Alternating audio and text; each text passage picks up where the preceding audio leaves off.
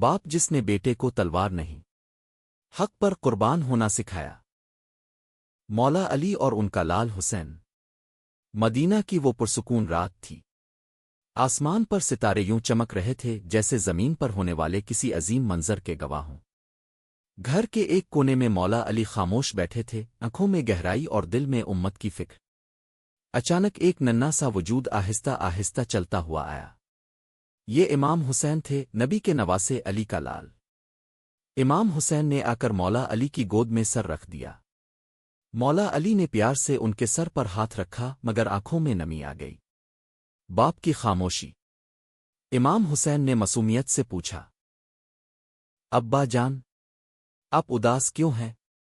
مولا علی نے گہرا سانس لیا اور فرمایا، بیٹا حسین، میں تمہیں دیکھتا ہوں تو مجھے نانا کی یاد آتی ہے، اور جب میں مستقبل کو دیکھتا ہوں تو میرا دل کانپ جاتا ہے۔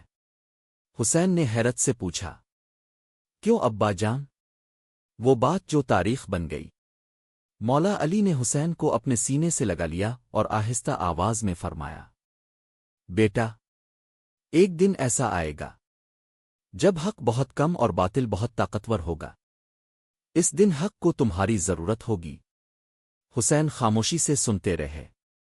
مولا علی نے کہا، بیٹا، یاد رکھنا، اگر دین بچانے کے لیے تمہیں سب کچھ قربان کرنا پڑے تو پیچھے مت ہٹنا۔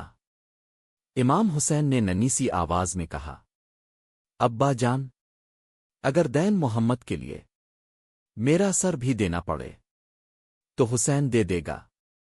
یہ سن کر مولا علی کی آنکھوں سے آنسو بہہ نکلے۔ باپ کا دل۔ مولا علی نے حسین کو مضبوطی سے گلے لگا لیا اور فرمایا، میرے لال، تو صرف میرا بیٹا نہیں، تو اسلام کی امانت ہے۔ وہ جانتے تھے کہ کربلا کا سورج ایک دن ضرور طلوع ہوگا، اور حسین اس سورج کی روشنی بنیں گے۔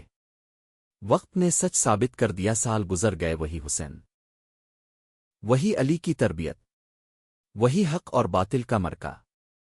کربلا کے میدان میں جب حسین نے 3 دن کے بھوکے بچوں کے ساتھ باطل کے سامنے کھڑے ہو کر کہا، میں ظالم کے ہاتھ پر بیعت نہیں کروں گا، تو دراصل وہ اپنے باپ علی کی تعلیم کو زندہ کر رہے تھے۔ سبق۔ یہ کہانی ہمیں سکھاتی ہے، مولا علی نے حسین کو حق پر ڈٹنا سکھایا۔ حسین نے باپ کی تربیت کو کربلا میں امر کر دیا۔ باپ کا کردار بیٹے کی قربانی میں بولتا ہے۔ اختتامیہ۔ علی نے حسین کو تلوار چلانا نہیں، ضمیر جگانا سکھایا، اور حسین نے اسلام کو مرنے نہیں دیا۔ اگر مولا علی اور ان کے لال حسین کی یہ کہانی آپ کے دل کو چھو گئی ہو تو ویڈیو کو لائک کریں، چینل کو سبسکرائب کریں، اور کمنٹ میں حسین حق پر ضرور لکھیں۔